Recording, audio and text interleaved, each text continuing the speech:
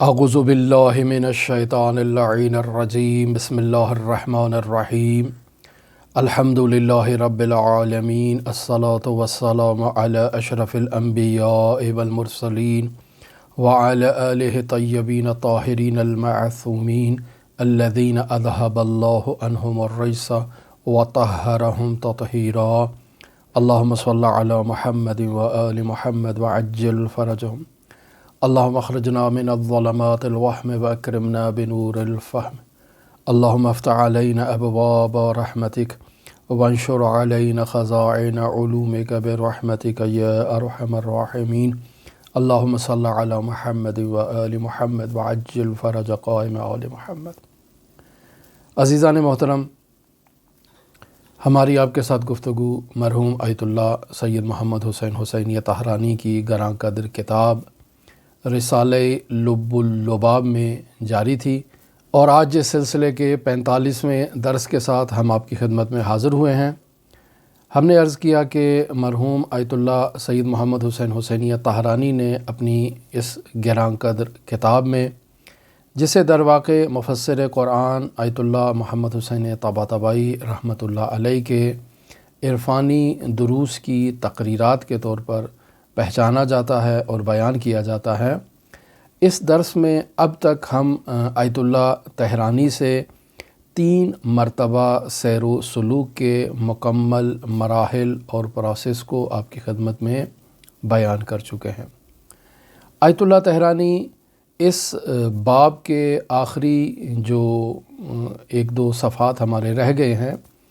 اس میں ایک مرتبہ پھر ان تمام مراحل کو بطور خلاصہ ہمارے سامنے بیان کرنا چاہتے ہیں، چونکہ یہ عرفان نظری کی مباحث ہیں اور انہیں جاننا پہچاننا عرفان عملی کے میدان میں داخل ہونے سے پہلے نہایت ہی ضروری ہے۔ مرحوم آیت اللہ طہرانی رحمۃ اللہ علیہ اس کتاب رسالہ لب اللباب کے صفحہ نمبر 24 اور صفحہ نمبر 25 میں اس حدود میں جا کر نفی خواتر کا ایک تذکرہ کر رہے ہیں اور سالک کو اس بات کی تعلیم دے رہے ہیں کہ وہ سیر و سلوک کے مراحل اگر طے کرنا چاہتا ہے تو اسے غیر خدا سے قطع تعلق کرنا پڑے گا۔ غیر خدا سے قطع تعلق کے موضوع پر ہم کافی تفصیل سے آپ کی خدمت میں گفتگو کر چکے ہیں، اور یہاں پھر ایک مرتبہ بطور خلاصہ ان مطالب کو آپ کی خدمت میں پیش کرتے ہیں کہ قطع تعلق اور قطع وابستگی کے بعد ایک سالک جو ہے وہ خداوند متعال کی طرف سفر کرتا ہے، حرکت کرتا ہے، سیر کرتا ہے۔ اس قطع تعلق اور نفی خواتر کے ذریعے سے جسے سالک آہستہ آہستہ اپنے وجود سے ان تعلقات غیری کو قطع کرتا ہے، ختم کرتا ہے، اور اپنی تمام تر توجہ کا محور خداوند متعال کو قرار دیتا ہے، اپنے ذہن کو خداوند متعال کے لیے خالص کر دیتا ہے، اور صرف اس کے ذہن میں خداوند متعال ہی باقی رہ جاتا ہے، تو اب یہ سالک جو ہے وہ مقامات عالیہ پر فائز ہونے کی صلاحیت رکھتا ہے اور مقام عالیہ پر فائز ہو جائے گا۔ لہٰذا پہلا طریقہ سیر و سلوک سے متعلق جسے آیت اللہ طہرانی نے اپنے اساتید سے یعنی مفسر قرآن علامہ محمد حسین طباطبائی سے، اور انہوں نے اپنے استاد سید علی قاضی طباطبائی سے ہمارے لیے نقل کیا ہے، وہ نفی خواتر ہے اور غیریت کو اپنے وجود سے ختم کرنا ہے، قطع تعلق کرنا ہے، قطع وابستگی کرنا ہے، اور اس راہ سے کمال تک پہنچنا ہے۔ سوال یہاں پر یہ ابھرتا ہے کہ انسان کیسے غیر خدا سے قطع تعلق کرے، کیسے انسان اپنی وابستگیوں سے اپنی جان چھڑائے اور کمال حاصل کرے۔ اس سلسلے میں 2 راستے مفسر قرآن سے آیت اللہ طہرانی نے نقل کیے ہیں۔ پہلا راستہ جسے سیر علمی کہا جاتا ہے، اس سیر علمی میں ایک سالک جو ہے وہ اس دنیا کے فانی ہونے کے بارے میں جو ہے وہ علم حاصل کرے گا، یقین حاصل کرے گا کہ یہ دنیا فانی ہے، اور سالک اس دنیا وما فیہا اور جو کچھ بھی اس دنیا میں موجود ہے اس کے فانی ہونے کے بارے میں غور و فکر کرے گا۔ جب کوئی چیز فانی ہے تو وہ فانی انسان کے لیے وفادار نہیں رہے گی، انسان کے لیے دیرپا نہیں رہے گی، انسان کے لیے ہمیشہ برقرار نہیں رہے گی، لہٰذا انسان اس فانی چیز سے وابستگی اختیار کر کے خود اپنے معیار کو اور اپنے مقام کو در حقیقت اور در واقع جو ہے وہ نیچا کر رہا ہے۔ لہٰذا ایک سالک کے لیے فکری اعتبار سے، علمی اعتبار سے یہ ضروری ہے کہ وہ ان تمام چیزوں سے قطع تعلق اختیار کرے جو فانی ہیں، جو زائل ہونے والی ہیں، اور فانی اور زائل کے تعلق سے قطع ہو کر یہ لازوال ذات کی طرف توجہ اختیار کرے اور خداوند متعال کی طرف متوجہ ہوں۔ علمی اعتبار سے جب سالک اس مرحلے کو طے کر لے گا تو ساتھ ہی ساتھ سالک کے لیے دوسرا راستہ جسے طے کرنا اور عبور کرنا ضروری ہے وہ زہد اختیار کرنا ہے۔ یعنی یہ سالک اپنے وجود کو وابستگیوں سے اور تعلقات جو اس کے وجود میں اپنا ایک مقام اختیار کر چکے ہیں، اپنا گھر بنا چکے ہیں، ان سے اپنے وجود کو پاک و پاکیزہ کرنے کی کوشش کرے گا۔ اس سیر کو سیر عملی کہا جاتا ہے، جو سیر علمی کے ساتھ بھی ہو سکتی ہے، اور اس کا کمال سیر علمی کے مراحل کو طے کرنے کے بعد ہی انسان کو حاصل ہو سکتا ہے، جب اسے یقین ہو جائے کہ یہ دنیا فانی ہے اور اس دنیا میں موجود تمام چیزیں فانی ہیں، اور انسان ان فانی چیزوں کی محبت میں خود کو اسیر کرے، خود کو گرفتار کرے، اور اپنے پیروں کو ان فانی چیزوں کی زنجیروں سے اگر یہ انسان جکڑ لیتا ہے تو یہ ملکوت اعلیٰ کی طرف پرواز نہیں کر سکتا، جو پرواز معنوی ہے، نہ کہ پرواز مادی ہے۔ لہٰذا اس سالک کو اس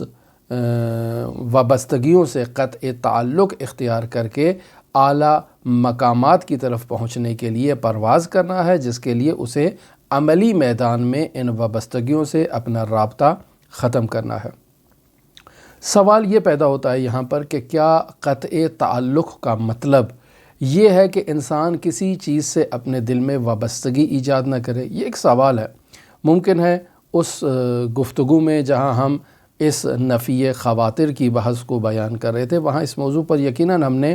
تفصیلی گفتگو کی ہوگی، اور اگر آپ وہاں دوبارہ رجوع کریں تو آپ کو یہ باتیں ساری وہاں پر مل جائیں گی۔ لیکن پھر بھی ایک سوال یہ پیدا ہوتا ہے کہ انسان اس دنیا میں آیا ہے تو انسان کی اطراف میں جو اس چیزیں موجود ہوتی ہیں، جو شخصیات موجود ہوتی ہیں، اس کے والدین ہیں، بھائی بہن ہیں، معاشرہ ہے، معاشرے کی چیزیں ہیں، اس کے اپنے ذاتی لوازمات ہیں، ذاتی جو استعمال کی چیزیں ہیں، اور بہت ساری چیزیں جن سے انسان کا روزمرہ زندگی میں سروکار رہتا ہے۔ لہٰذا انسان بہت ساری چیزوں سے محبت ایجاد کرتا ہے، بہت ساری چیزوں سے نفرت کرتا ہے۔ یہ محبت اور نفرت کا ہونا انسان کے وجود کا ایک حصہ بن چکا ہے، اور ہر دل میں، ہر انسان میں جو ہے وہ محبت بھی پائی جاتی ہے اور نفرت بھی پائی جاتی ہے۔ یہ انسان بعض چیزوں سے محبت کرتا ہے، مثلاً اپنے والدین سے محبت کرتا ہے، عزیز و اقارب سے، بھائیوں اور بہنوں سے محبت کرتا ہے، اور بعض چیزوں سے نفرت کرتا ہے، یعنی وہ افراد جو اس کے والدین کے دشمن ہیں، وہ افراد جو اس کے عزیز و اقارب کے دشمن ہیں، وہ افراد جو اس کے نظریات کے اور اس کی آئیڈیالوجی کے دشمن ہیں، انسان ان سے تنفر اختیار کرتا ہے۔ پس محبت اور نفرت کا ہونا انسان کے وجود کا ایک لازمہ بن چکا ہے۔ بس آپ نے جو یہ کہا کہ انسان قطع تعلق اختیار کرے، یہ کیسے ہو سکتا ہے کہ انسان قطع تعلق اختیار کر لے؟ یعنی نہ تو اس کے وجود میں کسی بھی چیز سے متعلق محبت ہو اور کسی بھی چیز سے متعلق نفرت بھی اس کے وجود میں نہ ہو، یعنی نفرت اور محبت دونوں اس کے وجود میں مساوی ہو جائیں، نہ تو وہ کسی سے محبت کرے نہ کسی سے نفرت کرے۔ کیا ایسا ممکن ہے؟ یہ ایک سوال کا ایک سٹیج اور ایک مرحلہ آتا ہے۔ بعض لوگ ممکن ہے اس سوال کو اس انداز میں بھی بیان کریں کہ اب تک جو سیر و سلوک کے متعلق نفی خواطر سے متعلق آپ نے بیان کیا، جو مدعا بیان کیا ہے، یہ حضرات اہل بیت علیہ الصلوۃ والسلام کی سیرت و تعلیمات سے متضاد ہے، وہاں پر ہم اس چیز کو مشاہدہ نہیں کرتے ہیں۔ مثلاً آپ دیکھیں کہ جب حضرات اہل بیت علیہ الصلوۃ والسلام کی گھروں میں کوئی ولادت ہوتی تھی تو خوشی منائی جاتی تھی، جب کسی کا انتقال ہوتا تھا یا کسی کی شہادت ہوتی تھی تو اس انتقال اور شہادت کی بنیاد پر غم اور حزن منایا جاتا تھا، اور یہ چیز واضح ہے۔ جب ولادت پر خوشی منائی جا رہی ہے تو اس کا مطلب ہے کہ محبت ہے، اس کا مطلب ہے ایک انسیت ہے، اس کا مطلب ہے ایک تعلق قائم ہوا ہے، جس تعلق کے قیام پر خوشی منائی جا رہی ہے۔ اور جب کسی کا انتقال ہوا یا بطور خاص کسی کی شہادت ہوئی تو وہاں اس شہادت کے موقع پر غم منایا جاتا ہے اور اس قاتل سے اظہار نفرت کی جاتی ہے اور اظہار بیزاری کیا جاتا ہے۔ مثلا رسول خدا صلی اللہ علیہ وآلہ وسلم کے فرزند کا جب انتقال ہوا تو آپ نے غم منایا اس کا، یا آپ دیکھیں کہ حضرت حمزہ سید الشہداء کی شہادت پر حضرت صدیقہ طاہرہ فاطمہ زہرا سلام اللہ علیہا نے عزاداری کی، یا اس کے علاوہ آپ دیکھ لیں کہ واضح ترین مثال حضرت سید الشہداء امام حسین عالی مقام کی اس دنیا سے شہادت کے بعد حضرت امام زین العابدین علیہ آلاف و تحیت و ثنا کا باقاعدہ عزاداری کرنا اور تمام زندگی بھر اس واقعے کی تبلیغ کرنا اور پرچار کرنا غم و حزن کے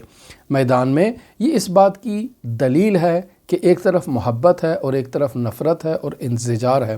محبت حضرت سید الشہداء سے ہے اور نفرت و انزجار ان کے قاتلوں کے اس عمل سے ہے۔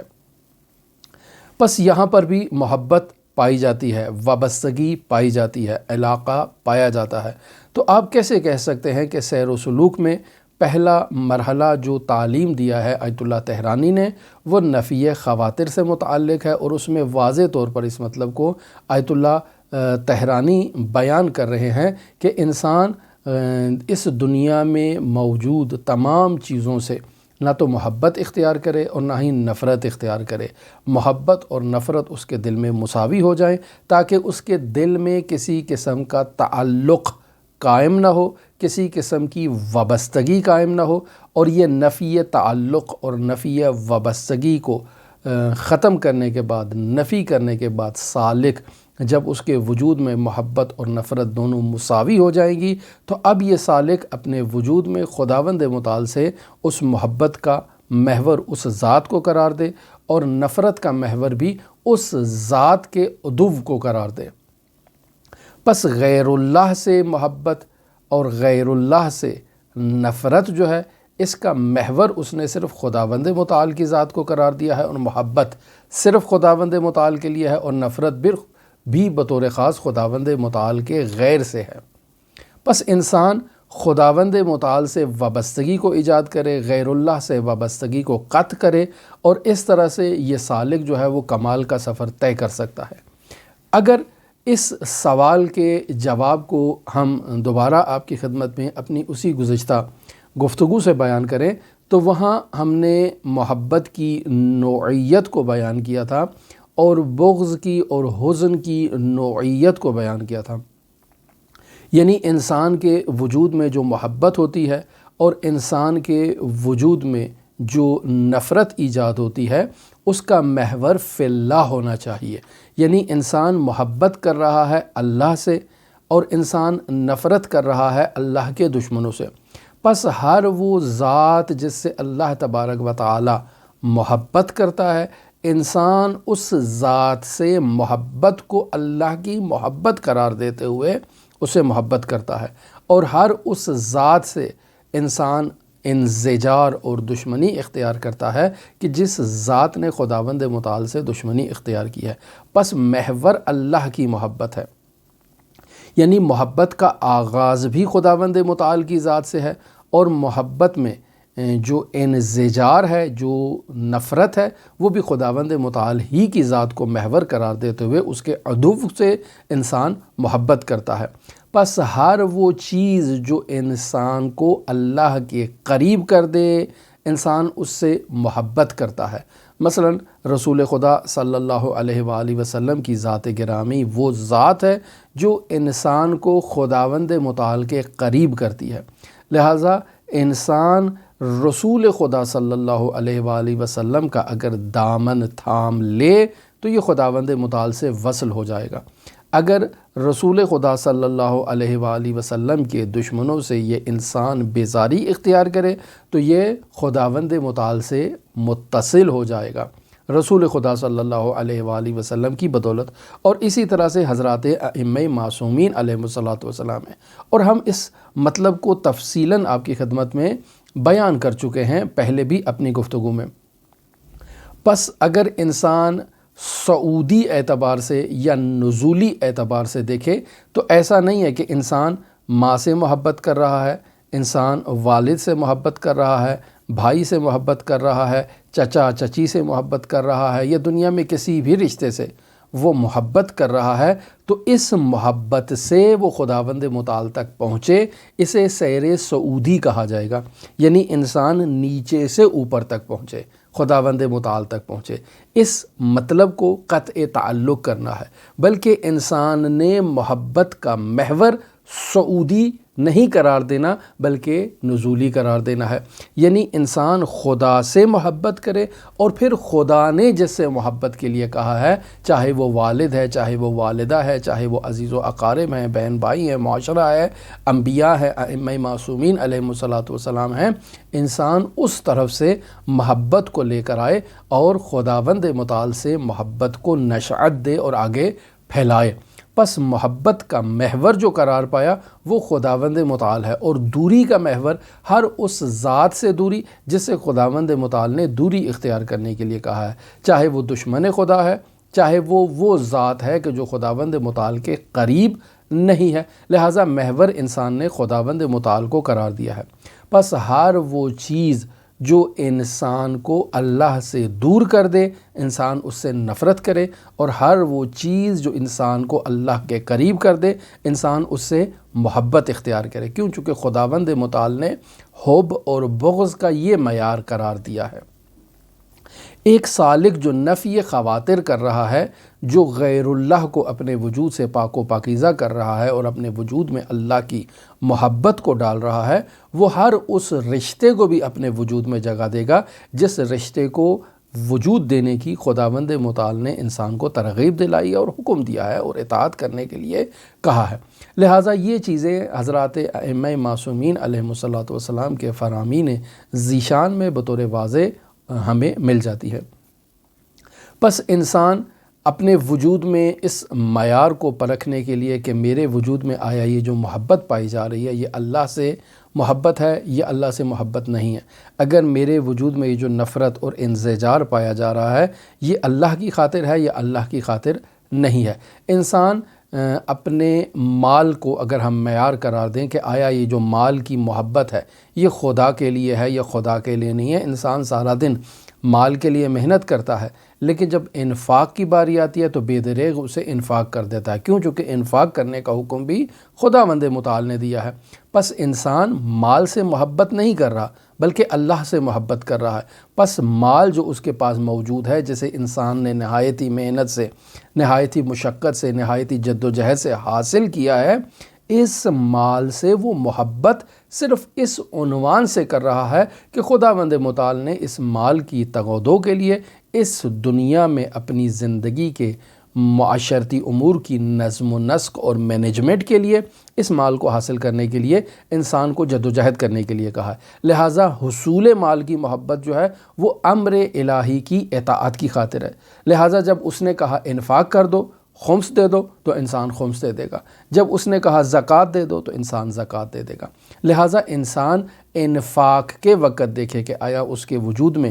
ذرہ برابر بھی اس انفاق کے کرتے ہوئے کوئی نہ کوئی ایسا جو ہے وہ رکاوٹ موجود ہے، کوئی نہ کوئی ایسی پریشانی ہے، اس کا دل مال کو انفاق کرنے سے اسے روک تو نہیں رہا۔ اگر روک رہا ہے تو یہ جان لے کہ اس کے دل میں جو مال کی محبت ہے وہ خداوند متعال سے نشأت پیدا نہیں کر رہی ہے، اور ابھی تک اس کے وجود میں وابستگیوں کا ایک دائرہ موجود ہے جسے انسان نے خود سے ختم کرنا ہے۔ لہٰذا راہ خدا میں اگر مال انفاق کرے تو انسان کو کسی قسم کا دغدغہ نہیں ہوگا، اور اگر کوئی سارق، کوئی ڈاکو، کوئی چور اگر انسان سے یہ مال چھین لیتا ہے تو انسان اس میں وہ حزن و ملال جو اس کے وجود میں پیدا ہوتا ہے اس چوری کی بدولت یا اس ڈکیتی کی بدولت، وہ بھی خداوند متعال اس کا محور ہونا چاہیے کہ یہ مال اللہ کا تھا، اللہ نے اس مال کو میرے اختیار میں میری ہی جد و جہد کے بدولت میں قرار دیا، تو یہ اس نے قرار دیا، اسی کے حکم پر میں نے اس کی حفاظت کی۔ اب یہ مال میرے ہاتھ سے اس کے کسی عدو نے چھین لیا ہے تو میں ان مصارف میں جہاں اس نے مجھے اس مال کو خرچ کرنے کے لیے کہا تھا میں وہ نہیں کر پاؤں گا، لہٰذا حزن صرف اسی حد تک ہو، وگرنہ انسان اس سے بڑھ کر محزون نہیں ہوگا۔ لہٰذا اگر ہم زہد کے بارے میں دیکھیں کہ انسان نے جو دنیا سے دوری اختیار کرنی ہے، قطع تعلق کرنا ہے موجودات سے، تو وہ اس وجہ سے ہے کہ انسان ان موجودات میں کسی قسم کا استقلال مشاہدہ نہیں کرتا ہے۔ انسان زاہد وہ انسان ہوتا ہے جو اللہ کی نعمات سے استفادہ کرتا ہے، اللہ کی نعمات سے دور نہیں ہوتا ہے۔ کیوں؟ چونکہ اللہ کی نعمات ہیں اور اللہ نے ان نعمات کو انسان کی خدمت کے لیے خلق کیا ہے، لہٰذا ان سے دوری نہیں انسان اختیار کر سکتا۔ لیکن فرق یہ پایا جاتا ہے کہ انسان کسی بھی نعمات کو مستقل اور خداوند متعال کے مد مقابل لا کر کھڑا نہیں کرتا ہے۔ پس زہد اور مالدار ہونا یہ آپس میں منافات نہیں رکھتا۔ ایک زاہد ہے، اس زاہد کے پاس اچھی گاڑی بھی ہو سکتی ہے، اچھا مکان بھی ہو سکتا ہے، اچھی زندگی بھی ہو سکتی ہے، اچھا بزنس بھی ہو سکتا ہے، سارا کچھ ہو سکتا ہے، اور اس کے باوجود یہ شخص زاہد بھی ہو، یہ منافات نہیں رکھتا ہے۔ ایسا نہیں ہے کہ زاہد کا مطلب آپ یہ تصور کر لیں کہ ایک زاہد ہے تو وہ بالکل فقیر ہوگا، بالکل یتیم مسکین قسم کا ہوگا، اس کے پاس پھٹے پرانے کپڑے ہوں گے، کچھ بھی نہیں ہوگا، سارا دن مصلی پہ وہ بیٹھا ہوگا،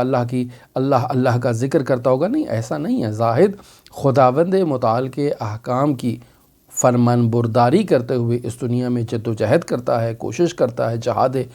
فی سبیل اللہ کرتا ہے، مال حاصل کرتا ہے، اور اسی مال کے ذریعے سے یہ زاہد جو ہے وہ خداوند متعال کی عبادت کرتا ہے، اپنی زندگی کے نظم و نسق کو چلاتا ہے اور معاشرے کی خدمت کرتا ہے، اپنے دوسرے بھائیوں کی خدمت کرتا ہے، کیونکہ خداوند متعال نے اس سالک کو، اس زاہد کو اس بات کا حکم دیا ہے۔ لہٰذا مال کو خود مستقلاً اس مال سے محبت کرتے ہوئے، اس مال کے لالچ میں آتے ہوئے یہ سالک اس مال کو حاصل نہیں کر رہا، بلکہ مال کو حکم الہی کی فرمان برداری کی خاطر اور اس معاشرتی زندگی کے نظم و نسق کو برقرار رکھنے کی خاطر وہ حاصل کر رہا ہے۔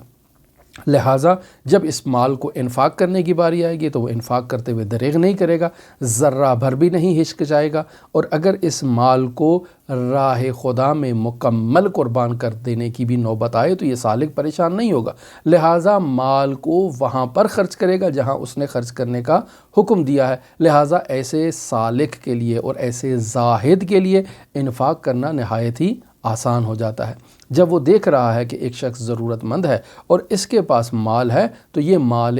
اللہ کو اس ضرورت مند جو اللہ کا بندہ ہے اس کی ضرورت پورے کرنے کے لیے فوراً خرچ کر دے گا۔ تو یہاں سے یہ سالک جو ہے اس کے زہد کا ہمارے سامنے اظہار ہو جاتا ہے اور معلوم ہو جاتا ہے کہ یہ شخص زاہد ہے۔ آہستہ آہستہ جب یہ سالک کمال تک پہنچتا ہے اور یہ زہد اس کا مرحلہ کمال تک پہنچتا ہے تو ایک ایسا مرحلہ آ جاتا ہے اس زاہد کے لیے کہ وہ خداوند متعال سے وصل ہو جاتا ہے۔ بس ایک مرحلہ جسے آیت اللہ طہرانی نے بیان کیا وہ نفی خواتر سے متعلق تھا کہ ہم جب آیت اللہ طہرانی کی عبارت کو بیان کریں گے تو وہاں اس مسئلے کو مزید آپ کی خدمت میں اس عبارت سے بیان کریں گے۔ دوسرا مسئلہ جسے آیت اللہ طہرانی نے اس سیر و سلوک کے مراحل میں ہمارے لیے بیان کیا وہ مشاہدات تھے ایک سالک کے، یعنی آیت اللہ طہرانی صفحہ نمبر 27 سے صفحہ نمبر 30 پر جب سیر و سلوک کے ایک دوسرے مرحلے کو بیان کر رہے ہیں تو وہاں آیت اللہ طہرانی اس مطلب کو بیان کرتے ہیں کہ انسان جو اس عالم میں مشاہدات کرتا ہے، جو چیزیں بھی وہ مشاہدہ کرتا ہے، عالم برزخ میں مشاہدہ کرتا ہے، یہ انوار کی صورت میں مشاہدہ کرتا ہے، اور پھر یہ سالک نور اسفہبودیہ کو مشاہدہ کرتا ہے، اور ہم تفصیلاً ان موضوعات پر گفتگو آپ کی خدمت میں کر چکے ہیں۔ اور ان انوار کو مشاہدہ کرنے سے آہستہ آہستہ یہ سالک کمال تک پہنچتا ہے، اور پھر ان مراحل میں ذات ربوبی تک پہنچ جاتا ہے۔ تیسرے مرحلے میں آیت اللہ طحرانی دوبارہ واپس آتے ہیں اور اسی نفی تعلق اور نفی خواتر اور قطع تعلق کے مراحل کو بیان کرتے ہوئے رفتہ رفتہ سالک کو قطع تعلق اور وابستگیوں سے خود کو رہا کرنے کے مراحل کو بیان کرتے ہیں کہ یہ سالک مخلص تھا اور اس نے مخلص بننا ہے، اور یہ تمام مراحل ہم تفصیلاً آپ کی خدمت میں بیان کر چکے ہیں۔ پس انسان دیکھے کہ اس کے وجود میں وابستگیاں کس حد تک آ چکی ہیں، اور انسان ان وابستگیوں کو اگر مشاہدہ کرنا چاہے تو بالفرض العیاذ باللہ ہمارے اگر کوئی آ کر ہمیں خبر دیتا ہے کہ بھئی آپ کے ملک میں ایک دھماکہ ہوا ہے، ایک دہشت گردی اٹیک ہوا ہے، تو وہاں ہمارے ایک چونکہ ملک سے محبت ہے تو ہمیں اس کا افسوس ہوگا، لیکن جب ہمیں معلوم یہ ہوتا ہے کہ وہ دھماکہ ہمارے شہر سے دور کسی دوسرے علاقے میں ہوا ہے تو ہمیں رنج اور غم ضرور ہوگا، لیکن اتنا زیادہ نہیں ہوگا۔ ٹھیک ہے، ہمارے ملک میں ایک دہشت گردی کا حملہ ہوا ہے، لیکن وہ ہمارے شہر میں نہیں ہے، دوسرے شہر میں ہوا ہے، لہٰذا انسان یہاں سے وابستگی کو دیکھ لے گا اور بھانپ لے گا کہ کس قدر اس کے وجود میں حب مملکت پائی جاتی ہے۔ لیکن جب اسے خبر دی جائے گی کہ نہیں، وہ دھماکہ جو ہے وہ آپ کے شہر میں ہوا ہے، تو اب انسان کو اس پہلی خبر کی نسبت اس دوسری خبر کی نسبت جو ہے نا وہ زیادہ افسوس ہوا ہے۔ یعنی وہ بھی آپ ہی کے ملک میں دھماکہ تھا، یہ بھی آپ کے ملک میں دھماکہ ہے، لیکن وہ دھماکہ آپ کے شہر میں نہیں تھا، یہ دھماکہ آپ کے اپنے شہر میں ہوا ہے، لہٰذا اس خبر کی نسبت اس خبر پہ انسان کو زیادہ افسوس ہوگا۔ لیکن پھر ایک دفعہ انسان کو یہ خبر دی جاتی ہے کہ وہ جو دھماکہ ہوا تھا وہ ملک میں بھی ہوا، شہر میں بھی ہوا، اور اب انسان کے اپنے علاقے میں ہوا ہے، تو انسان کو اس کا زیادہ حزن ہوتا ہے۔ اور پھر جب انسان کو یہ خبر ملتی ہے کہ وہ دھماکہ اس کے اپنے گھر میں ہوا ہے تو انسان زیادہ غمگین ہوتا ہے۔ تو اب آپ ان چاروں پانچوں خبروں کا اگر مقایسہ کریں انسان کی محبت سے تو آپ کو معلوم ہو جائے گا کہ انسان ملک سے محبت تو کرتا ہے، اور ملک سے محبت کرنے کے بعد جب اس کو ملک کی کوئی ناخوشگوار واقعے کی خبر ملتی ہے تو اس سے غمگین بھی ہوتا ہے، لیکن اس کی شدت اور ضعف کا اندازہ یہاں سے لگایا جا سکتا ہے کہ جوں وہ خبر انسان کے قریب آتی جاتی ہے، انسان کے حزن میں اضافہ ہوتا جاتا ہے۔ پہلے ہمیں خبر ملی کہ شہر میں کسی جگہ پر دھماکہ ہوا، بعد میں خبر ملی کہ شہر ہمارا ہی تھا، بعد میں خبر ملی کہ وہ شہر کا علاقہ ہمارا اپنا علاقہ تھا، اور وہ دھماکے کی جگہ ہمارا اپنا گھر تھا۔ تو جو یہ سٹیپ وائز ہمیں خبریں ملتی جائیں گی، ہمارے حزن میں اور غم میں اضافہ ہوتا جائے گا۔ اس سے ہمارے تعلقات کی شدت کا بھی اضافہ ہوگا کہ سب سے زیادہ شدید تعلق ہمارا اپنے گھر کے ساتھ تھا، پھر اس کے بعد ہمارا اپنے علاقے کے ساتھ تھا، پھر اس کے بعد ہمارا اپنے شہر کے ساتھ تھا، پھر اس کے بعد ہمارا دوسرے شہروں کی نسبت تھا، اور پھر مجموعی طور پر ہمارا تعلق اور وابستگی مکمل ملک کے ساتھ ہے۔ تو اس سے انسان اپنی جو وابستگی ہے اس کو محسوس کر سکتا ہے۔ سیر و سلوک میں انسان نے اس تعلق کو ختم کرنا ہے۔ اس سے کیا مراد ہے؟ تعلق کو ختم کرنے سے مراد یہ ہے کہ اگر انسان سے کوئی چیز چھن جاتی ہے تو انسان افسوس نہیں کرتا۔ یہ جو افسوس نہیں کرتا اس کی وجہ کیا ہے؟ یعنی انسان کے جو عواطف تحریک ہو رہے ہیں، جو انسان کے عواطف بھڑک رہے ہیں، اٹھ رہے ہیں، اس کی وجہ کیا ہے؟ اس کی وجہ یہ ہے کہ انسان نے اپنی محبت اور اپنے بغض کا معیار اپنی ذات کو قرار دے رکھا ہے۔ لیکن اگر یہ انسان خداوند متعال کو اس کا محور قرار دے گا، تو اگر خداوند متعال ہمارے ملک میں دھماکہ ہونے سے خداوند متعال کی تعلیمات میں اس سے ایک انزجار اور ایک نفرت بیان کی ہوگی، تو انسان اس تعلیمات کی بنیاد پر اس سے نفرت کرے گا،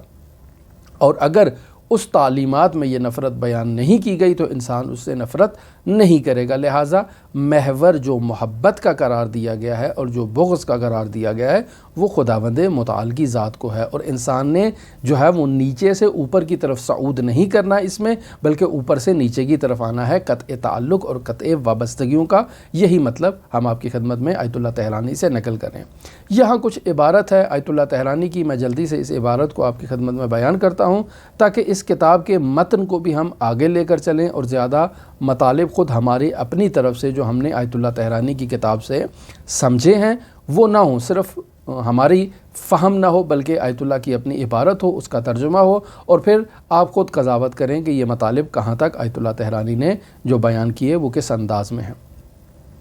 لہٰذا آیت اللہ طحرانی فرماتے ہیں وارستگی از عوالم کثرت و لوازم ابتدائی سلوک است، یعنی ایک سالک جو ہے وہ عوالم کثرت سے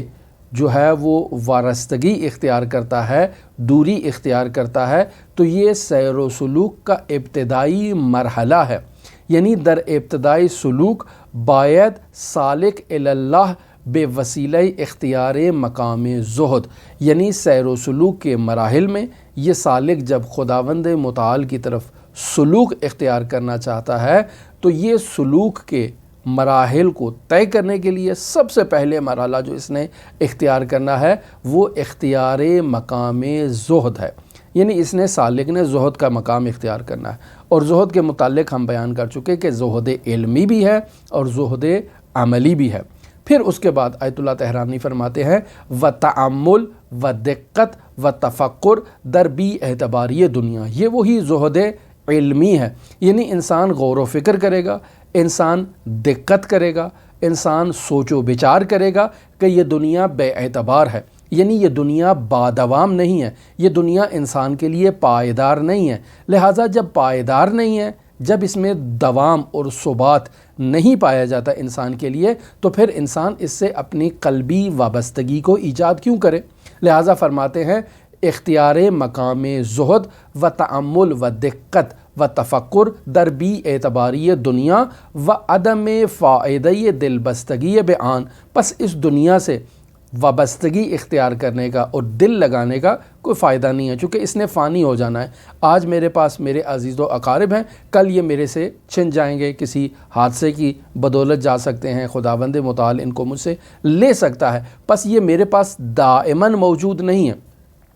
آج میرے پاس مال ہے، آج میرے پاس دولت ہے، آج میرے پاس گاڑی ہے، بزنس ہے، سارا کچھ ہے، لیکن یہ ہمیشہ میرے پاس نہیں رہے گا، کبھی بھی خداوند متعال ان چیزوں کو مجھ سے لے سکتا ہے۔ لیکن جب انسان ان سے وابستگی اختیار نہ کرے تو ان چیزوں کے چھن جانے سے انسان کے اعتقادات متزلزل نہیں ہوتے ہیں۔ لہٰذا فرماتے ہیں رشتہ علقے بے عوالم کثرت رقت کند، یہ سالک کی ذمہ داری ہے کہ وہ زہد اختیار کرتے ہوئے اس عوالم کثرت سے اپنا جو ایک دلی وابستگی کا جو ایک رشتہ ہے، جو ایک علقہ ہے، اسے سالک جو ہے وہ کاٹ دے۔ چہ نتیجے یہ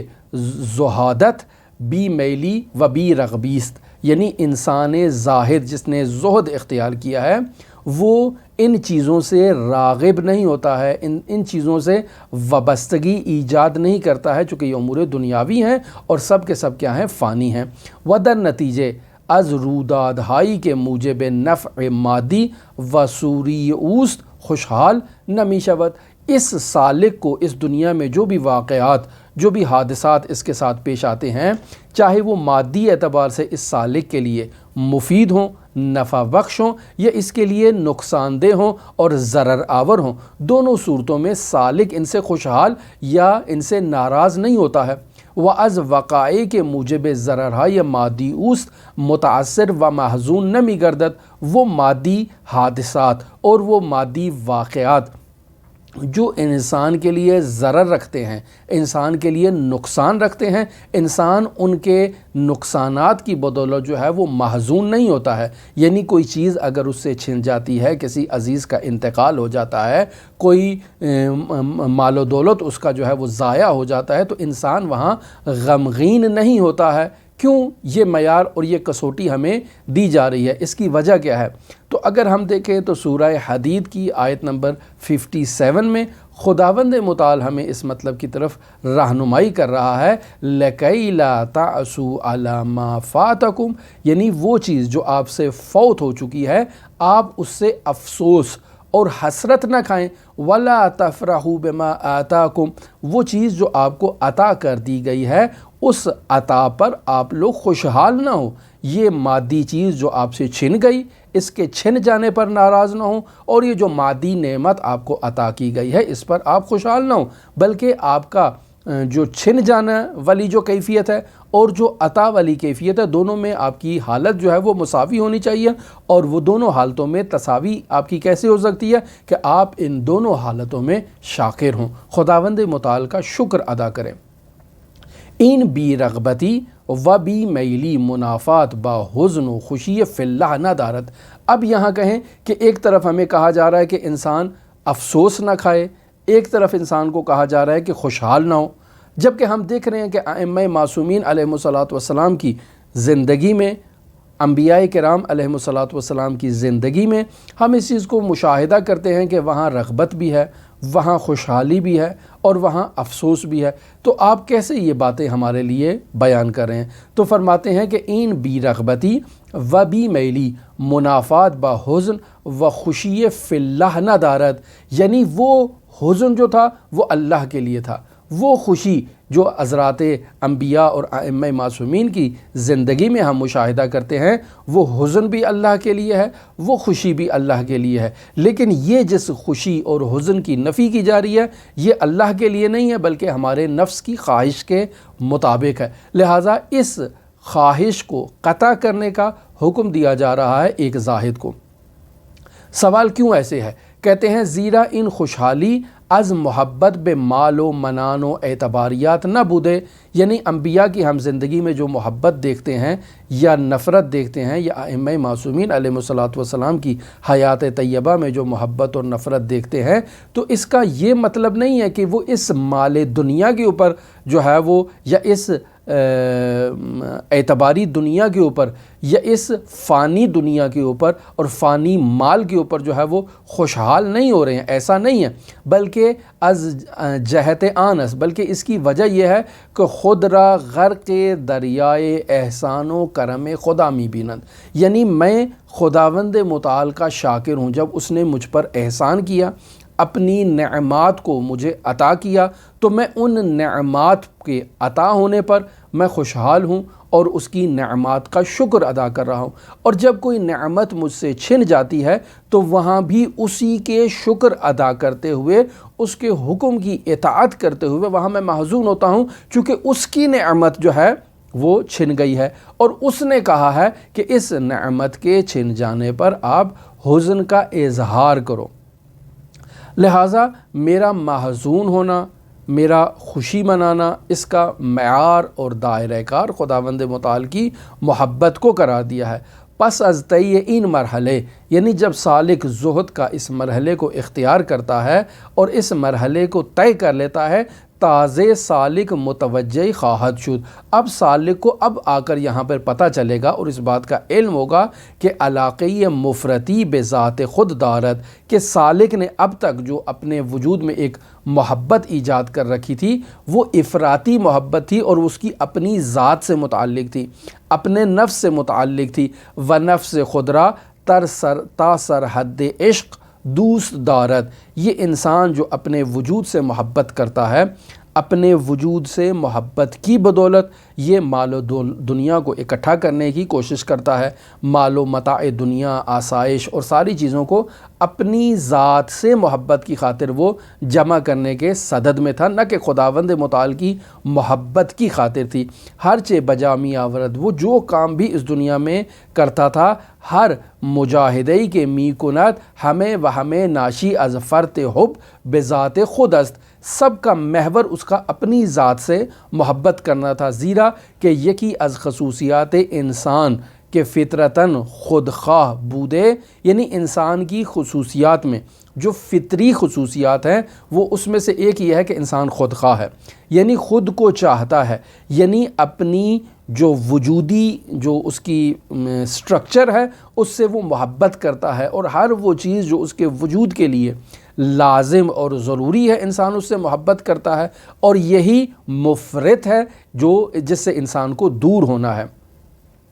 انسان پس حب بذات خود دارد، انسان اپنی ذات سے محبت کرتا ہے۔ ہمیں چیز را فدائے خود می کن نمایت، یعنی انسان اپنے اوپر سب کچھ قربان کرنے کے لیے تیار ہے۔ لہٰذا آپ دیکھتے ہیں کہ وہ افراد کہ جو حتیٰ کہ اپنے ملک سے بھی خیانت کر دیتے ہیں، اس کی وجہ کیا ہے؟ اس کی وجہ صرف یہی ہوتی ہے کہ وہ اپنی ذات سے محبت کرتے ہیں، انہیں اپنے معاشرے سے کوئی غرض نہیں ہوتی ہے، اپنے عزیز و اقارب سے کوئی غرض نہیں ہوتی ہے، اپنے علاقے سے، اپنے وطن سے، اپنی ملیت سے، حتیٰ اپنے دین سے کوئی جو ہے نا وہ محبت نہیں ہوتی ہے، اور وہ اپنی ذات کی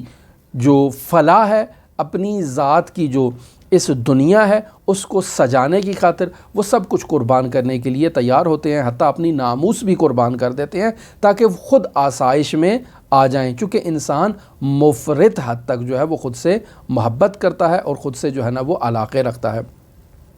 حب بذات خود، یعنی انسان جو اپنی ذات سے جو محبت کرتا ہے، ہمیں چیز را فدائے ذات خود می نمایت، سب چیزوں کو اپنی ذات پر کیا کر دیتا ہے؟ قربان کر دیتا ہے۔ و برائے بقائے وجود خود، یعنی اپنے وجود کی بقا کے لیے از بین بردن و نابود نمودن ہی چیزی دریغ نمی کند، سب کچھ قربان کرنے کے لیے وہ دریغ نہیں کرے گا اور سب کچھ قربان کر دے گا تاکہ اس کی ذات آسائش میں رہے، سہولیات میں رہے، اور اس کی اپنی ذات جو ہے وہ فلاح و بہبود میں رہے۔ از بین بردن این غریزے بسیار صعب و مبارزے با این حس خود خواہی از اشکل مشاکل است۔ یہ آیت اللہ تہرانی اب نچوڑ بیان کریں کہ یہ جو سالک ہے جس نے سیر و سلوک کرنی ہے، اس نے سب سے پہلے زہد اختیار کرنی ہے، اور زہد اختیار کرتے ہوئے یہ جو رغبت ہے انسان کے اندر، اس رغبت کو ختم کرنا ہے اور اسے تبدیل کرنا ہے رغبت الہی میں۔ بس انسان جب اس غریزے کو ختم کرنا چاہے گا تو متوجہ ہو جائے گا کہ از بین بردن این غریزے، کہ اس غریزے کو ختم کرنا اور نابود کرنا بسیار صعب بودے، یعنی نہایت ہی دشوار ہے، و مبارزے با این حص خود خواہی، یعنی اپنی ذات سے جو محبت ہے،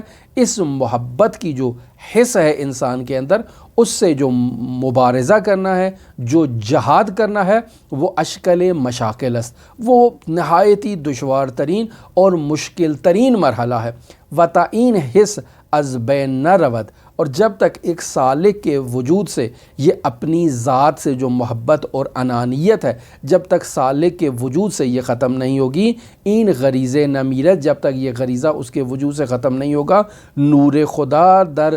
دل تجلی نہ می کند، خداوند متعال کا نور اس سالک کے وجود میں تجلی نہیں کرے گا۔ دوسرے الفاظ میں آیت اللہ تہرانی اس مطلب کو بیان کر رہے ہیں کہ سالک از خود نہ گزرد بے خدا نمی پیوندد، جب تک یہ سالک خود اپنے وجود سے عبور نہیں کرے گا، یہ خداوند متعال سے متصل نہیں ہوگا۔ پس انسان اپنے فعل اختیاری کے توسط سے ان مقامات کو طے نہیں کر سکتا، لہٰذا یہ پہلے مراحل ہم آپ کی خدمت میں تمام بیان کر چکے ہیں کہ جب تک ایک سالک کو جذبات الہیہ اپنی آغوش میں نہ لہیں، یہ سالک آگے نہیں پہنچ سکتا۔ تو پھر سوال پیدا ہوتا ہے کہ ہم ان افعال کو انجام کیوں دیتے ہیں؟ تو وہاں یہ بات آپ کی خدمت میں بیان ہو چکی کہ انسان جو کچھ بھی خداوند متعال کے امر کی اطاعت کرتے ہوئے اس دنیا میں عبادات انجام دیتا ہے، یہ سب مقدمہ ہیں جذبات الہیہ کے حصول کے لیے، اور جب وہ جذبات الہیہ انسان کو اپنی آغوش میں لے لیتے ہیں تو یہ سالک جو ہے وہ پرواز کرتا ہے، اور وہ سفر جو سالک طے کرتا ہے وہ فوری سفر ہوتا ہے۔ اب یہاں مزید آیت اللہ تہرانی اس مطلب کو بیان کرنا چاہ رہے ہیں کہ انسان کیسے اپنی ذات سے جو علاقہ ہے اور وابستگی ہے، جو تعلق ہے، اس کو اپنی ذات سے قطع کرے، اور پھر زہد اختیار کرتے ہوئے یہ سالک جو ہے وہ خداوند متعال سے متصل ہو جائے۔ تو کیا کرے؟ کہتے ہیں سالک باید بے وسیلہ استمداد و الطاف الہیہ و امداد های پیاپی رحمانیہ رشتہ محبت بذات خود را سست و رفته رفته ضعیف نموده تا بالاخره پاره کند و به این صنم درونی که سر رشته تمام مفاسد است کافر گردد۔ خوب، آیت اللہ تہرانی یہاں پر کیا کہنا چاہ رہے ہیں؟ آیت اللہ تہرانی اسی مطلب کی طرف بیان کرنا چاہ رہے ہیں کہ سالک نے جو خداوند متعال تک پہنچنا ہے، جو یہ سیر و سلوک کا سفر طے کرنا ہے، تو سالک نے کیا کرنا ہے؟ کہتے ہیں سالک باید بے وسیلہ استمداد و الطاف الہیہ، یعنی سالک جو ہے وہ خداوند متعال سے مدد طلب کرے اور اس کے لطف کو حاصل کرنے کے لیے امداد ہائے پھیاپھئی رحمانی ہے، کہ جسے ہم نے جذبات الہیہ سے تعبیر کیا تھا آپ کی خدمت میں، ان کے حصول کو جو ہے وہ اس کے لیے کوشش کرے، خداوند متعال سے مطالبہ کرے، دعا کرے، اور رشتہ محبت بذات خود را سست و رفتے رفتے ضعیف نمودے، اور اپنی ذات سے محبت کو اپنے وجود سے آہستہ آہستہ کمزور کرتا جائے اور آہستہ آہستہ اسے ضعیف کرتا جائے، تب بالآخر پھارے کند، یعنی اپنی ذات سے محبت کا جو ایک لڑی ہے، جو ایک زنجیر ہے جو اس کے پاؤں میں باندھی جا چکی ہے، اس زنجیر کو توڑ دے اپنے پیروں کے تلے سے۔ وبعین صنم درونی، یعنی اس کے وجود میں یہ جو ایک بت پایا جا رہا ہے کہ یہ اپنی ذات سے محبت کرو، خودی سے محبت کرو، انسان اس خودی سے محبت کو جو ہے نا وہ فنا کر دے اور اس سے باہر نکل آئے کہ سر رشتہ یہ تمام مفاسد است، یعنی انسان جو اپنے اس مادی وجود سے جو محبت کرتا ہے، اس مادی وجود سے محبت کے اس زنجیر کو توڑ دے، چونکہ یہ مفاسد کی جڑ ہے، اور اس کا انکار کر دے، و ذات خود یک بار فراموش نمایت، یعنی انسان اپنی ذات کو بطور کلی جو ہے، یہ ذات مادی جو ہے، اس کو فراموش کر دے، تا بے طوری کے اند تعمل و تحقیق تمام کارہائے او بے ذات اقدس الہی باشد۔ جب انسان اپنی ذات سے ایک علقہ اور ایک زنجیر جو اس کے پاؤں میں جکڑی جا چکی ہے، اس زنجیر کو توڑے گا، تو اب انسان جتنے بھی اس دنیا میں کام انجام دے گا، وہ تمام کے تمام کاموں کا محور ذات اقدس الہی ہوگی۔ وحب بے ذات او بے حب بے خدائے خود تبدیل کر دد، اب وہ جو اپنی ذات سے محبت کرتا تھا، یہ خودی کی محبت جو ہے وہ اب خدا کی محبت میں تبدیل ہو چکی ہے۔ وَإِن بر اساس مجاہدے انجام می گردد، یہ ایسا نہیں ہے کہ ایک سالک رات کو سویا، صبح اٹھا اور اس نے دیکھا کہ اب وہ جو ہے نا وہ آیت اللہ قاضی بن چکا ہے، آیت اللہ بہجت بن چکا ہے، نہیں، ایسے نہیں ہے، بلکہ سالک کو رفتہ رفتہ جہاد بن نفس کے نتیجے میں خودی کو فراموش کرنا ہے، یہ جو اپنی ذات سے محبت ہے اس کو فراموش کرنا ہے، اور اس محبت کو محبت الہی میں تبدیل کرنا ہے، اور اس علقے کا زاویہ تبدیل کرنا ہے محبت الہی میں۔ پس از طی ان مرحلے سالک دیگر علقے بے بدن و آثار بدن حتیٰ بے روح خدرہ پارے نمودے ندارت۔ اب سالک نے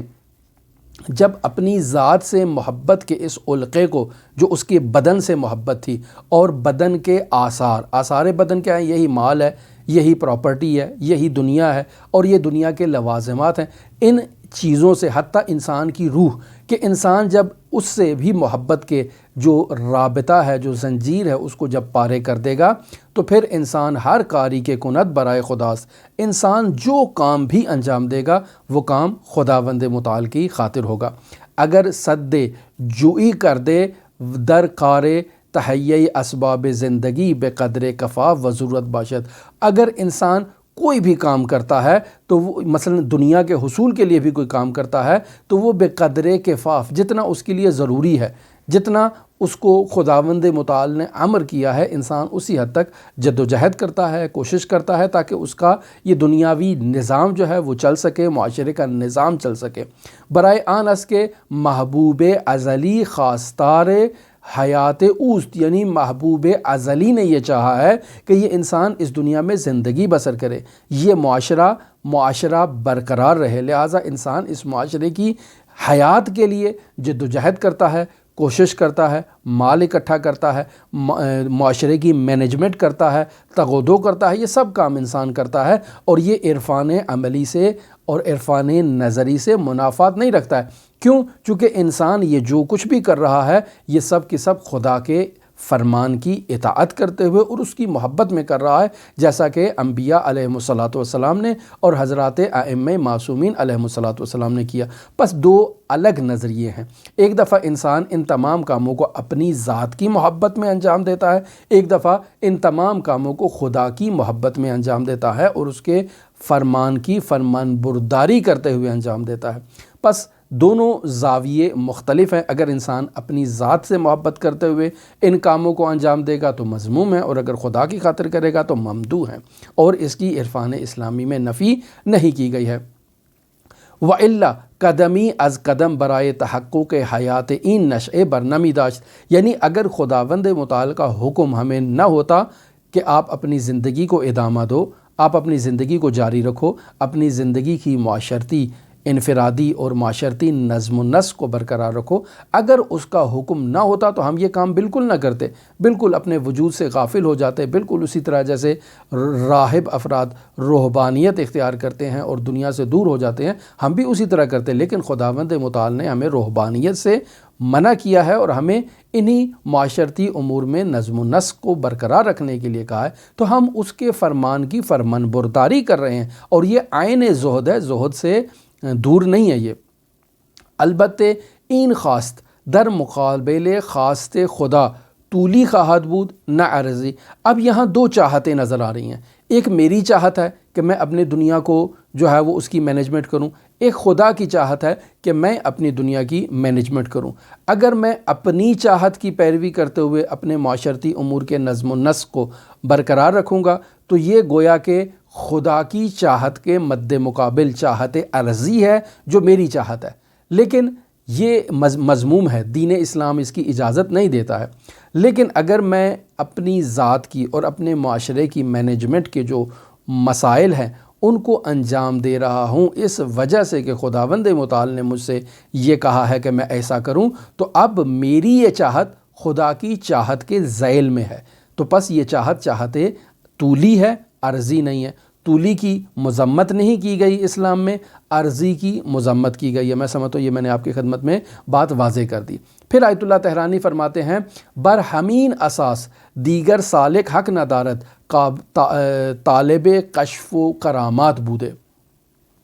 اب انسان سالک ہے، سیر و سلوک کر رہا ہے، اور سیر و سلوک میں یہ سالک اگر اپنے دل میں یہ خواہش رکھے کہ مجھے بھی جو ہے وہ کشف و شہود ہو جائے، میں بھی طی الارض کر کے ایک جگہ سے دوسری جگہ پر پہنچ جاؤں، جیسا کہ ہم سے کسی نے سوال بھی کیا تھا کہ ہم نے بہت کوشش کی ہے طی الارض جاننے کی اور بہت سے لوگوں سے پوچھا ہے لیکن ابھی تک کامیاب نہیں ہو چکے ہیں، تو آپ کوئی راستہ بتائیں۔ دیکھیں عزیزان، سالک کا یہ کام نہیں ہے کہ وہ طی الارض سیکھے، سالک کا یہ کام نہیں ہے کہ وہ کشف و کرامات حاصل کرنے کی خاطر جو ہے وہ ریاضت کرے، کوشش کرے، جد و جہد کرے،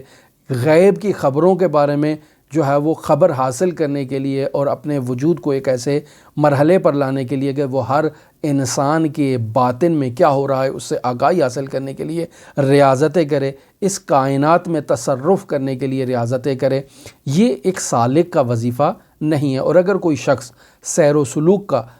مقصد ان کاموں کو قرار دیتا ہے تو یہ شخص نظریتاً جو ہے وہ منحرف ہے، اور سیر و سلوک عرفانی شیعی اس کو اس بات کی اجازت نہیں دیتی ہیں۔ لہٰذا آیت اللہ تہرانی کی عبارت کو ایک دفعہ غور سے ملاحظہ فرمائیں۔ برہمین اساس یعنی جب سالک ان تمام کاموں کو جو انجام دے رہا ہے وہ طولی ہیں، عرضی نہیں ہیں، یعنی خدا کے حکم کی فرمان برداری کرتے ہوئے طول میں اس کے حکم کے انسان کے دل میں یہ محبت ہے، عرضی نہیں ہے، یعنی خدا کے مد مقابل آ کر اس نے یہ محبت ایجاد نہیں کی ہے کہ ایک خدا کی خواہش ہے، ایک خدا کا حکم ہے اور ایک میری جو ذاتی نفسانی خواہش ہے، تو میں اس کی اپنی ذاتی نفسانی خواہش کے مطابق جو ہے وہ عمل کر رہا ہوں جو اس کی خواہش کے اور اس کے فرمان کے بالکل مد مقابل آ کر کھڑی ہو۔ نہیں، ایسے نہیں ہے، عرضی نہیں ہے، طولی ہے۔ تو پس انسان جب طولی جو ہے وہ اطاعت کرتا ہے خداوند متعال کے احکام کی اور دنیا کے امور کے نظم و نسق کو چلا رہا ہے برہمین اساس، تو اسی بنیاد پر دیگر سالک حق ندارت، ایک سالک کو یہ حق حاصل نہیں ہے کہ وہ طالب ہو، یعنی طلب کرے کس چیز کو؟ کشف و کرامات، یعنی وہ طلب کرے کہ خداوند متعال اسے کوئی کرامت عطا کر دے، اسے کوئی مکاشفے عطا کر دے، یا عملی برائے تحقق آن، یعنی انسان اس کرامت کے حاصل کرنے کے لیے، انسان کشف و شہود کے حصول کے لیے، انسان طی الارض کے حصول کے لیے کیا کرے؟ کوئی عمل انجام دے، کوئی چلہ کاٹے، کوئی وظیفہ انجام دے، ایسا ہرگز ایک سالک کو زیب نہیں دیتا۔ عملی برائے تحقق آن انجام دہد یہ سالک کو زیب نہیں دیتا ہے۔ یا برائے طی الارض، یعنی ایک سالک طی الارض کرنا چاہتا ہے، و اخبار از مغیبات یعنی غیب کی خبر حاصل کرنے کے لیے وہ کوئی وظیفہ کرتا ہے، اطلاع بر ضمائر لوگوں کے دلوں میں کیا باتیں چھپی ہوئی ہیں وہ جاننے کے لیے انسان وظیفے کرتا ہے، اسرار کائنات کو جاننے کے لیے انسان کیا کرتا ہے؟ وظیفے کرتا ہے،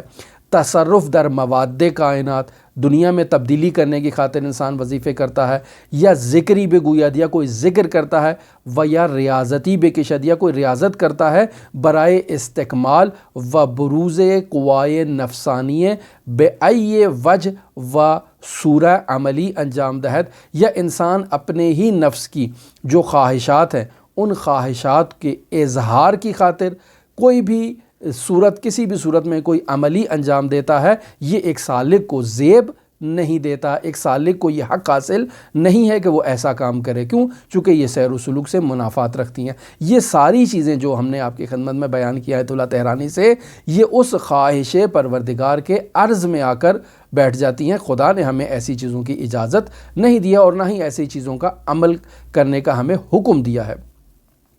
اب سوال یہ پیدا ہوتا ہے کہ کیوں انسان ان چیزوں سے دور رہے؟ آیت اللہ طہرانی خود اس کا جواب دیتے ہیں، کہتے ہیں زیرا چنین کسی در راہ رضا محبوب قدم برنمی دارت، یہ شخص جو طی الارض کے پیچھے ہے، یہ شخص جو غیب کی خبریں حاصل کرنے کے لیے چلہ کاٹ رہا ہے، یہ جو لوگوں کے ضمیروں کے اندر چھپی ہوئی باتیں جاننے کے لیے چلہ کاٹ رہا ہے، یہ جو اسرار الہی جاننا چاہتا ہے، یہ جو کائنات میں کن فیکن کرنے کے لیے، تبدیلیاں کرنے کے لیے جو ہے وہ وظیفے کر رہا ہے، یہ شخص رضائے خدا کی خاطر تو یہ کام نہیں کر رہا ہے بلکہ اپنے نفس کی خوشنودی کی خاطر کر رہا ہے۔ چنین کسی در راہ رضائے محبوب قدم برنم ادارت، یہ اپنے محبوب کی رضایت کے لیے قدم نہیں اٹھا رہا ہے۔ خدا را عبادت نہ کر دے، اس نے گویا کہ خدا کی عبادت نہیں کی ہے۔ مخلص نہ خواہد بود، یہ شخص مخلص نہیں ہے، یہ خدا کے لیے خالص نہیں ہے، ابھی یہ خود کو خدا کے لیے خالص کر بھی نہیں رہا۔ جب مخلص ہونے کی کوشش نہیں کر رہا تو مخلص بھی نہیں ہوگا اور اس مقام تک نہیں پہنچے گا، بلکہ نفس خود را معبود خود ساختے، اس شخص نے خدا کی عبادت نہیں کی بلکہ اپنے نفس کی عبادت کر رہا ہے۔ و برائے برآورده شدن حاجات او و تحقق پذیرفتن استعدادات او گام بر میزند، یہ اپنی نفسانی خواہشات، نفسانی حاجات، ان کے حصول کے لیے، ان کے تحقق کے لیے، اپنی استعداد کو مزید مکمل کرنے کے لیے یہ کیا کر رہا ہے؟ قدم اٹھا رہا ہے، گرچہ لفظاً بین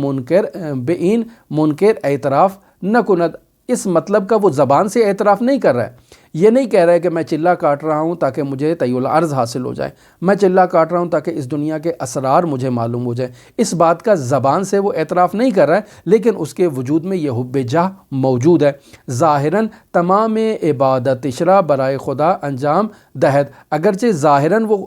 کہہ رہا ہے کہ میں قربتاً اللہ یہ چلہ کاٹ رہا ہوں، لیکن حقیقت میں اس کے وجود میں یہی ہے کہ وہ ان تمام امور کو اور چلوں کو اور ریاضتوں کو جو وہ انجام دے رہا ہے وہ اسی مادی خواہشات کے دنبال میں ہے۔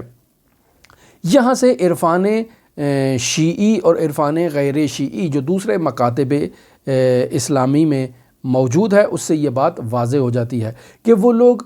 جو سیر و سلوک کرتے ہیں، وہ جو ریاضتیں کرتے ہیں، وہ اپنے نفس کی تقویت کی خاطر کرتے ہیں تاکہ ان کے نفس میں کمالات آ جائیں اور وہ ان تمام امور کو انجام دے سکیں جسے بیان کیا گیا۔ جبکہ عرفان شیعی فقاہتی جسے ہم آپ کی خدمت میں بیان کر رہے ہیں، وہاں مقصد فناء نفس ہے نہ کہ تقویت نفس ہے، یعنی ہمیں عرفان شیعی فقاہتی میں فنا فی اللہ کی تعلیم دی جاتی ہے اور کہا جاتا ہے کہ یہ سب چیزیں جو ہے نا وہ فانی ہیں، بلکہ قرآنی تعلیمات کی روشنی میں بھی ایسا ہی ہے، یعنی للہ ملک السماوات والارض، سورہ مائدہ آیت نمبر 120، یعنی جو کچھ بھی ہے وہ خداوند متعال کے لیے ہے، سلطنت خدا کے لیے ہے آسمان و زمین میں۔ للہ ما فی السماوات والارض، جو کچھ بھی آسمان و زمین میں موجود ہے وہ سب کچھ اللہ کے لیے ہے، ہمارے لیے نہیں ہے۔ لہو یعنی اللہ کے لیے، کیا؟ من فی السماوات والارض، جو کچھ بھی آسمان و زمین میں ہے وہ اس کے لیے ہے۔ پس آپ دیکھیں کہ سورہ مائدہ کی 120 نمبر آیت ہے، سورہ بقرہ کی 284 نمبر آیت ہے، سورہ روم کی 26 نمبر آیت ہے، ان تمام چیزوں میں للہ ملک السماوات والارض، للہ ما فی السماوات والارض، لہو ما فی السماوات والارض، یعنی سب چیزوں میں انہوں نے محور جو ہے وہ خداوند متعال نے اپنی وجود کو قرار دیا ہے کہ سب کچھ خداوند متعال کے لیے ہے۔ پس جب ایسا ہے تو پھر یہ سالک جو اپنی خواہش کے حصول کے لیے جو ریاضتیں کر رہا ہے، چلے کر رہا ہے تاکہ اس کو طی الارض آ جائے، اسے اسرار عالم کا علم ہو جائے، ایسا شخص کیا ہے؟ اس کے لیے جو سورہ جاثیہ کی آیت نمبر 26 ہے، 23 ہے معذرت کے ساتھ، وہاں پر خداوند متعال ایسے شخص کے بارے میں فرماتا ہے افرعیت من اتخذ الہہ ہواہ، یعنی کیا تم نے ایسے شخص کو دیکھا ہے کہ جو اپنا الہ اپنی ہوائے نفس کو قرار دے رہا ہے؟ یعنی میں ریاضت کر رہا ہوں، میں عبادت کر رہا ہوں، میں نماز شب پڑھ رہا ہوں اس مقصد کی خاطر تاکہ مجھے یہ چیزیں حاصل ہو جائیں، مجھے طی الارض کرنا آ جائے، مجھے غیب کی خبروں کا علم ہو جائے، میں اگر کسی کو دعا دوں، کسی کو تعویذ دوں تو وہ فوراً جو ہے نا وہ میری دعا قبول ہو جائے اور اس شخص کی حاجات قبول ہو جائیں۔ یہ سب حب نفس کی خاطر ہیں، نہ کہ خداوند متعال کی محبت میں سارے امور انجام نہیں دیے جا رہے۔ اب آیت اللہ تہرانی کیا فرماتے ہیں؟ فرماتے ہیں ہوائے خضرہ معبود خود ساختے ایسے شخص نے اپنی نفسانی خواہشات کو اپنا معبود قرار دیا ہے، خواستہائے نفسانی خضرہ می پرستد، یہ شخص اپنی نفسانی خواہشات کی عبادت کر رہا ہے۔ سالک باید ازین مرحلے عبور کنت، ایک سالک کے لیے ضروری ہے کہ وہ زہد اختیار کرے اور اس مرحلے سے عبور کرتے ہوئے قطع تعلق کرے اپنی ذات سے اور خداوند متعال سے تعلق کو برقرار کرے۔ نفس خضرہ از دم از انانیت میزنت ترکنت، یعنی اپنے نفس کو جس میں پائی جاتی ہے، جو ہر کام میں اپنی ذات کو خداوند متعال پر مقدم کرتا ہے، اس نفس کو یہ سالک کیا کرے؟ ترک کرے۔ وسیعت الکلام فیہ انشاء اللہ تعالی، آیت اللہ تہرانی کہتے ہیں کہ ہم اس مطلب کے بارے میں تفصیلی آپ کے ساتھ گفتگو کریں گے، اس مطلب کو ہم یہاں رہا نہیں کریں گے، تفصیلاً آپ کے ساتھ اس موضوع کو بیان کریں گے۔ پھر فرماتے ہیں وقتی سر انجام سالک بدین مرحلے رسید، یعنی جب سالک اس مرحلے پر پہنچ جاتا ہے کہ وہ اپنی ذات سے قطع تعلق کر لیتا ہے، کم کم خود را برائے خدا تعالی دوست می داشت، تو اب وہ اپنی ذات سے اگر محبت کر رہا ہے تو یہ خداوند متعال کی خاطر محبت کر رہا ہے۔ نیز فراموش می کند، یہ خود کو بھی فراموش کر دے گا، و دیگر خودی را نمی بیند، یہ اپنی ذات کو بھی ترک کر چکا ہے اور اب صرف خداوند متعال کے جمال کا مشاہدہ کر رہا ہے۔ و دیگر غیر از جمال ازلی و ابدی سیما و رخساری را نخواہد دید، یہ خدا کے علاوہ کسی اور جمال کو مشاہدہ نہیں کرے گا، اس جمال ابدی کو اور اس رخسار کو مشاہدہ کرے گا خداوند متعال کے کہ رفتہ رفتہ درآن دریائے بیکران غرق شدے، یعنی آہستہ آہستہ یہ سالک جو ہے وہ اس کی ذات میں خود کو جو ہے نا وہ